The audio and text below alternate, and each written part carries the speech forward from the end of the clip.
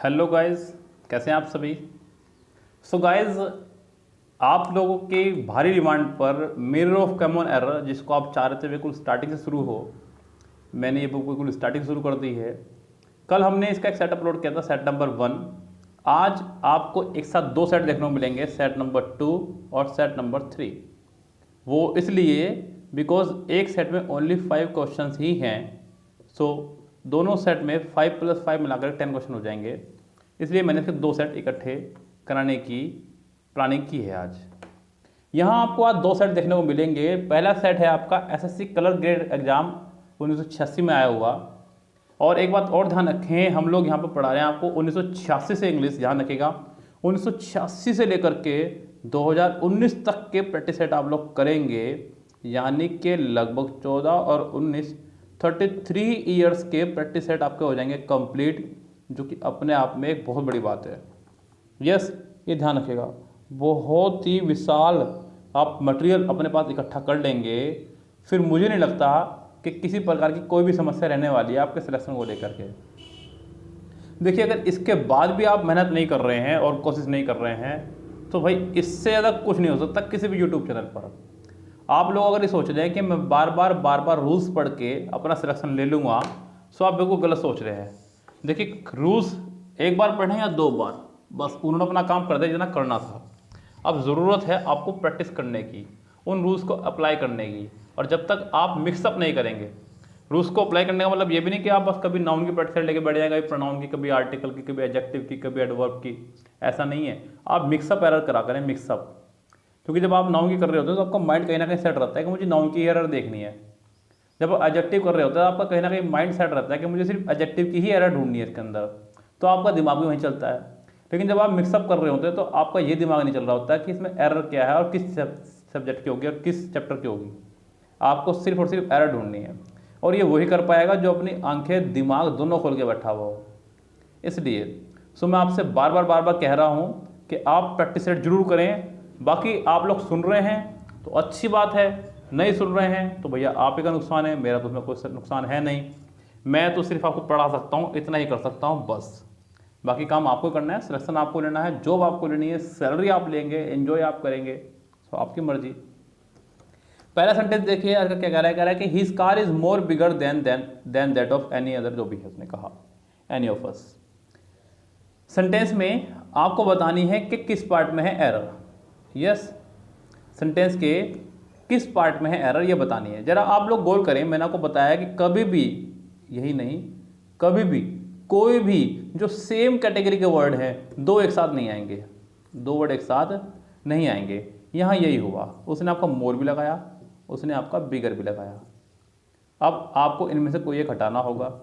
आप ऐसा नहीं कि यहाँ पे बिगर को बिग करके मोर लगा दें, ये भी कहना गलत होगा। मोर और बिग भी कहना गलत होगा। जब तक किसी वर्ड का खुद कंपैरेटिव बन सकता हो तब तक उससे पहले मोर नहीं आएगा। सेम हालात सुपरलेटिव के लिए भी है। जब तक किसी वर्ड का खुद से सुपरलेटिव बन सकता हो तब तक उससे पहले आपका मोस्ट नहीं आएगा। आप उसे मोर बिग या मोस्ट बिग नहीं कह सकते। आप तभी मोर और मोस्ट का इस्तेमाल करेंगे जब आपको लगे कि इस सेंटेंस का कंपैरेटिव और सुपरलेटिव नहीं बन सकता। यस, जैसे कि आपने कहा हैंडसम, हैंडसम का कंपैरेटिव और सुपरलेटिव नहीं बन सकता। आप इसे मोर हैंडसम, मोस्ट हैंडसम कह सकते हैं। मोर ब्यूटीफुल, मोस्ट ब्यूटीफुल कह सकते हैं। लेकिन यहाँ कहना गलत हो जाएगा, मोर बिगर। इस सेंटेंस के बी पार्ट में एरर है, आपको यहाँ से मोर हटाना होगा। क्लियर सी बात है। सेंटेंस नंबर 2 देखिए, one of my uncle. Sentence में आपका वन ऑफ माई अंकल्स। अगर आप गौर करें तो मैंने कई बार बताया कि ऑफ के बाद हमेशा प्लूरल नाउन आता है, जो कि है। प्रीपोजिशन के बाद वाले कुछ नहीं मानते, सच्चाई है। वर्ब आपकी वन के हिसाब से आएगी, सिंगुलर वर्ब दी उसने, ये भी ठीक है। इस सेंटेंस में कोई एरर नहीं है, क्योंकि सेंटेंस में और कुछ बचा ही नहीं अब देखने के लिए। One of my uncle is a doctor in America. ये सेंटेंस है आपका नो एरर, बिल्कुल करेक्ट है आपका सेंटेंस। नेक्स्ट सेंटेंस पे चलते हैं, कह रहा कि ही डोंट नो। अब इस तरह की अगर एरर आएंगी तो क्या आप एग्जाम छोड़ कर आएंगे क्या अपना, या आपको दिमाग लगाना पड़ेगा क्या सेंटेंस पर? क्या आपको नहीं पता कि ही के साथ डज आया करता है, डोंट नहीं आया करता है? कभी आपने आज तक देखा ही डोंट नो? ही सिंगुलर है भाई, सिंगुलर ही वर्ब आएगी, तो डोंट नो नहीं, डजंट नो। मतलब आप ये देखिए कि एग्ज़ाम का लेवल क्या था पहले, कितना टुच्चा लेवल था। उस टाइम के बच्चे कितने भाग्यशाली रहे होंगे जिन्होंने एग्ज़ाम दिए होंगे और सिलेक्शन लेके बैठे होंगे। आप यकीन नहीं करेंगे, अगर आप मेरिट पे चले जाएं तो सीजल की मेरिट बताऊंगा 200 में से 60 40 60 70 वो ये रहती है जनरल की मेरिट। 40 पे 80 की मेरिट चली जाया करती थी उस टाइम पे। लेकिन समय बदल चुका है, तो भैया आप तो जितने लिया उतने कम है। अब तो आप 200 में से 150 ला के सेफ नहीं है। फोर्थ देखिए, कह रहा है कि yesterday I met an old friend when I am going to the market. कल मैं एक अपने पुराने मित्र से मिला जब मैं मार्केट जा रहा हूँ। मैं मार्केट जा रहा हूँ, जब मैं मार्केट जा रहा था। सेंटेंस जुड़ा है आपका वैन से। वैन जोड़ता है पास्ट के दो सेंटेंसेस को, पास्ट के दो सेंटेंसेस को जोड़ने का काम करता है आपका वैन। हो सकता है कि एक तरफ पास इंडेफिनिट हो और दूसरी तरफ भी पास इंडेफिनिट हो सकता है कि एक तरफ पास इंडेफिनिट हो और दूसरी तरफ पास कंटिन्यूस हो। ये सीक्वेंस चेंज हो सकता है, पास कंटिन्यूस इधर आ सकता है और पास इंडेफिनिट उधर आ सकता है। ये सीक्वेंस ऐसे भी हो सकता है, लेकिन सेंटेंस रहेगा आपको पास में ही। वैसे भी जब उसने यस्टरडे कह दिया है, मैंने आपको वैसे ही बता रखा है, अगर सेंटेंस प्रेजेंट में चल रहा है तो पूरा प्रेजेंट में चलेगा, सेंटेंस पास्ट में चल रहा है तो पूरा सेंटेंस पास्ट में ही चलेगा। ये बात मैं आपको पहले भी कई बार बता चुका हूँ चिक चिक के। यहाँ पे yesterday I met, met second form है मीट की, मीट की सेकंड फॉर्म मैट। लेकिन यहाँ पे उसने कहा I am going, I am going की जगह आपको लगाना होगा I was going, I was going. Yes, याद रखेंगे, पास की कोई भी घटना, जब कोई घटना जारी थी और दूसरी घटना उसी बीच घटी हो तो एक पास कंटिन्यूस और एक सिंपल पास बनता है, ये ध्यान रखेगा। जैसे कि when I was talking to Meera my friend came, when I was teaching online, जब मैं ऑनलाइन पढ़ा रहा था, अ स्टूडेंट केम, एक स्टूडेंट आया। यहाँ पे पास कंटिन्यूस, यहाँ पे पास इंडेफिनिट। इस तरह से सेंटेंस आप बनाएंगे तो ठीक होगा आपका sentence. Next sentence no sooner का रूल है, पता ही है आपको। तो अब नो सूनर का रूल क्या बोलता है, सेंटेंस में होगा नो सूनर, यानी कि कोई भी सेंटेंस जब भी किसी नेगेटिव वर्ड से स्टार्ट होगा तो आपको उसके तुरंत बाद ही लगानी होगी हेल्पिंग वर्ब, ये ध्यान रखें। इस सेंटेंस में आई ही नहीं है। अगर मैं कह रहा हूँ कि स्टूडेंट अगर आप एरर भी निकालने सीख जाए ना, बस एरर भी निकालने सीख जाएं, तो भी आपका सिलेक्शन को कोई नहीं रोक सकता, ये ध्यान रखना आप। और मैं आपसे कई बार बोल चुका हूँ कि सिर्फ आप एरर निकालने सीख जाएं, एरर निकालने सीख लीजिए, एरर मत ठीक करके आइएगा आप। चलिए कोई बात नहीं, आप एरर तो निकालने सीखिए। अब आपको मैंने कई बार बता दिया, इस बात को आप आज से ही गांठ मार कर रख लें अपने पास। जब भी किसी सेंटेंस की शुरुआत नेगेटिव वर्ड्स होगी, आप ऐसे मत रटे कि नो सुनो के साथ में देन आएगा, हैड आएगा, ऐसा रटेंगे तो फिर तो आप रटते रह जाएंगे। जब भी किसी सेंटेंस की शुरुआत आपके नेगेटिव वर्ड्स होगी, no sooner, hardly, scarcely, rarely, barely, seldom, no, not, never, बहुत सारे वर्ड हैं। जब भी किसी सेंटेंस की शुरुआत होगी नेगेटिव वर्ड से तो हेल्पिंग वर्ब तुरंत बात आएगी ही आएगी, ये याद रखें। इस सेंटेंस में नहीं आई है, बस बात खत्म, सेंटेंस में गलती है। अब वो चाहे कुछ भी लगा लो, आप यहाँ पे हेड लगा लो या डिड लगा लो। डिड लगाओगे तो फर्स्ट फॉर्म लगानी है एंटर, हेड लगाओगे तो थर्ड फॉर्म है ही पहले से। कुल मिला के इस सेंटेंस में गलती है तो बस गलती है, ही ध्यान रखें आप। अगर आप यहाँ पे हेड लगा रहे हो तो ज़्यादा अच्छा है, बिकॉज एंटर थर्ड फॉर्म उसने पहले दे रखी है। और अगर डिड लगाओगे तो फिर आपको एंटर्ड को करना होगा एंटर, ये ध्यान रखना आप लोग। तो फिलहाल इस सेंटेंस में आपके पहले पार्ट में ही एरर। यस, चलते हैं नेक्स्ट सेट पे। नेक्स्ट सेट है सेट नंबर 3। ये भी आपका है एसएससी कलर ग्रेड का 1987 का एग्जाम, 1987 पे आप पहुंच चुके हैं। चलिए पहला सेंटेंस देखिए क्या कह रहा है। कह रहा है कि the new railway line will greatly improve transport and communication in eastern part of the country. The new railway line will greatly improve, बिल्कुल इम्प्रूव करेगी। विल के साथ फर्स्ट फॉर्म आया करती है, उसने फर्स्ट फॉर्म में लगाई इम्प्रूव, इसमें तो कोई गलती है नहीं। ट्रांसपोर्ट एंड कम्युनिकेशन दोनों तरफ नाउन है, एंड के दोनों तरफ नाउन है। यस, अच्छा तो बस ट्रांसपोर्टेशन कर देता तो ज़्यादा अच्छा होता मेरी राय में। हालांकि ट्रांसपोर्ट भी नाउन ही है, ज़्यादा टेंशन नहीं है। यस, ये तो ये था कि आगे टी आई वन वाला नाउन हो तो पीछे भी टी आई वन वाला ही नाउन हो जाता। चलो, in eastern part of the country, यहाँ पे ईस्टर्न से पहले आपको दा लगाना होगा। यस, एक तो ये कि आपकी डायरेक्शन है, सबसे बड़ी बात तो यही है। और डायरेक्शन से पहले दा लगाते हैं। The sun rises, the sun rises from the east. Yes, लगाया आपने।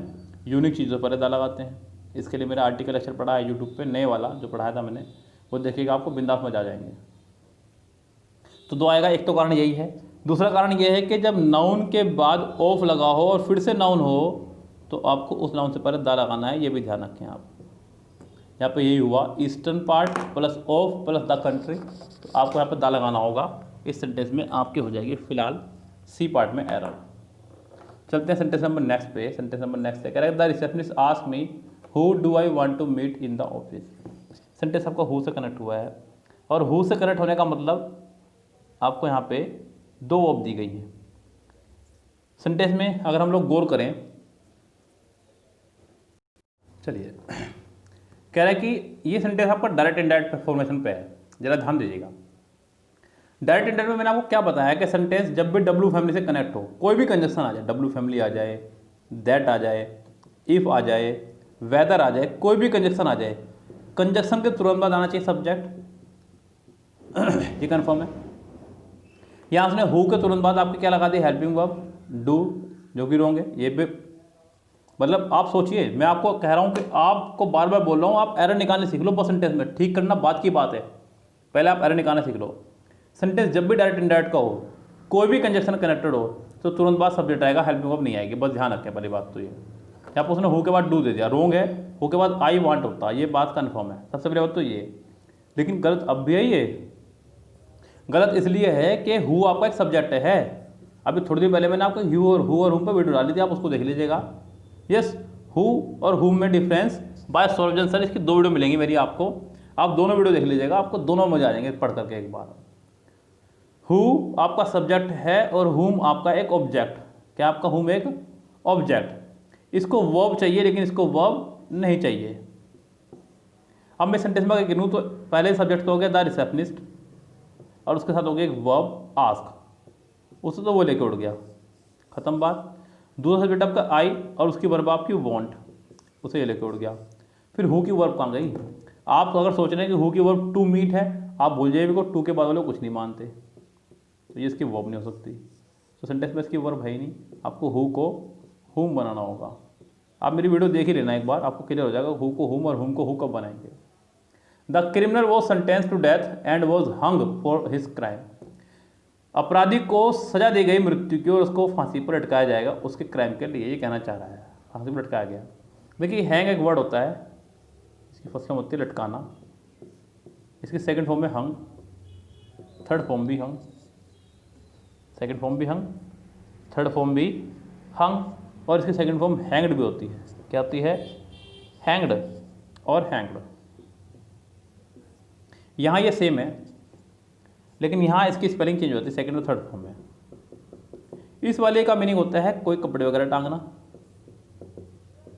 कोई कपड़े टांगना, फोटो टांगना। इसका मतलब होता है किसी को फांसी पर लटकाना, फांसी पर लटकाना। सेकंड फॉर्म का यहाँ मीनिंग आपका बदल जाता है, ध्यान रखें आप। तो यहाँ पे यही गड़बड़ी है कि उसने फांसी पर लटकाने के लिए हंग का इस्तेमाल करा इस वाले का, जो कि रॉन्ग हो जाएगा। आपको हंग की जगह करना पड़ेगा यहाँ पे हैंग्ड। यस, ये ध्यान रखें। He said that he will help me secure a decent job.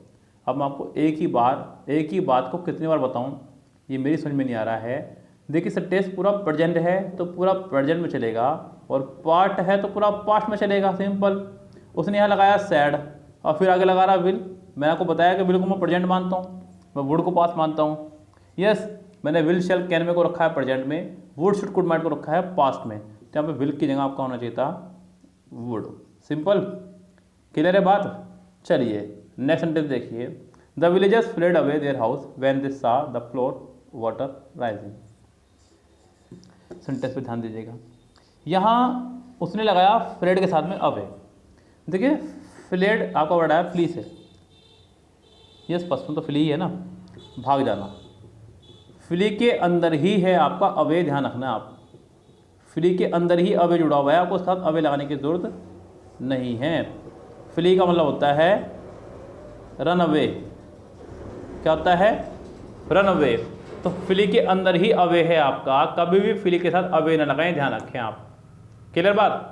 तो इसके ए पार्ट में ही हो जाएगा आपका मिस्टेक, यहाँ पे अवे नहीं आएगा, या फिर यहाँ पे रन अवे लगा दो, तब ठीक कर लो आप सेंटेंस को, नहीं तो फिर फ्ली रहने दो खाली। तो यहाँ पे फ्ली की सेकंड फॉर्म दी उसने फ्लैड, याद रखना। फ्ली फर्स्ट फॉर्म में, फ्लैड सेकंड फॉर्म में, तो यहाँ पे कोई भी प्रपोजिशन साथ में इसके नहीं आएगी। इस सेंटेंस के भी है आपके ए पार्ट में ही एरर। तो ये था आपका आज का सेट नंबर 2 और set number 3। Mirror of common error मैंने शुरू से लगा दी है, और जिनके पास बुक नहीं है मैंने अपने टेलीग्राम में ये बुक भेज दी है, अपने प्राइवेट चैनल वाले ग्रुप जो हमने कल ही बनाया। यस, सो बुक भेज दी गई है। वहाँ पे बुक भेजना बहुत इजी रहता है। वहाँ पे मैंने MB बुक भेजी है कल वहाँ पे, और मिरर ऑफ कॉमन एरर की बुक भी भेज दी है। दोनों बुक भेज दी मैंने आपको। सेंटेंस चैप्टर वाइज करते चले जाइए। यहाँ पे आपके प्रैक्टिस सेट सीरियल वाइज करते चले जाइए, ज़्यादा बेहतर होगा आपके लिए। हम लोग तीसरे सेट 5 पहुँच चुके हैं। धीरे धीरे करके हम अपना टारगेट जो है कंप्लीट कर ही लेंगे, उसमें अब हमें देरी नहीं है। तो फिलहाल हो गया है समय आपसे विदा लेने का। मिलते हैं आपसे नेक्स्ट सेट के साथ में नेक्स्ट वीडियो में। तब तक के लिए लेते हैं आपसे विदा। Good bye, see you again.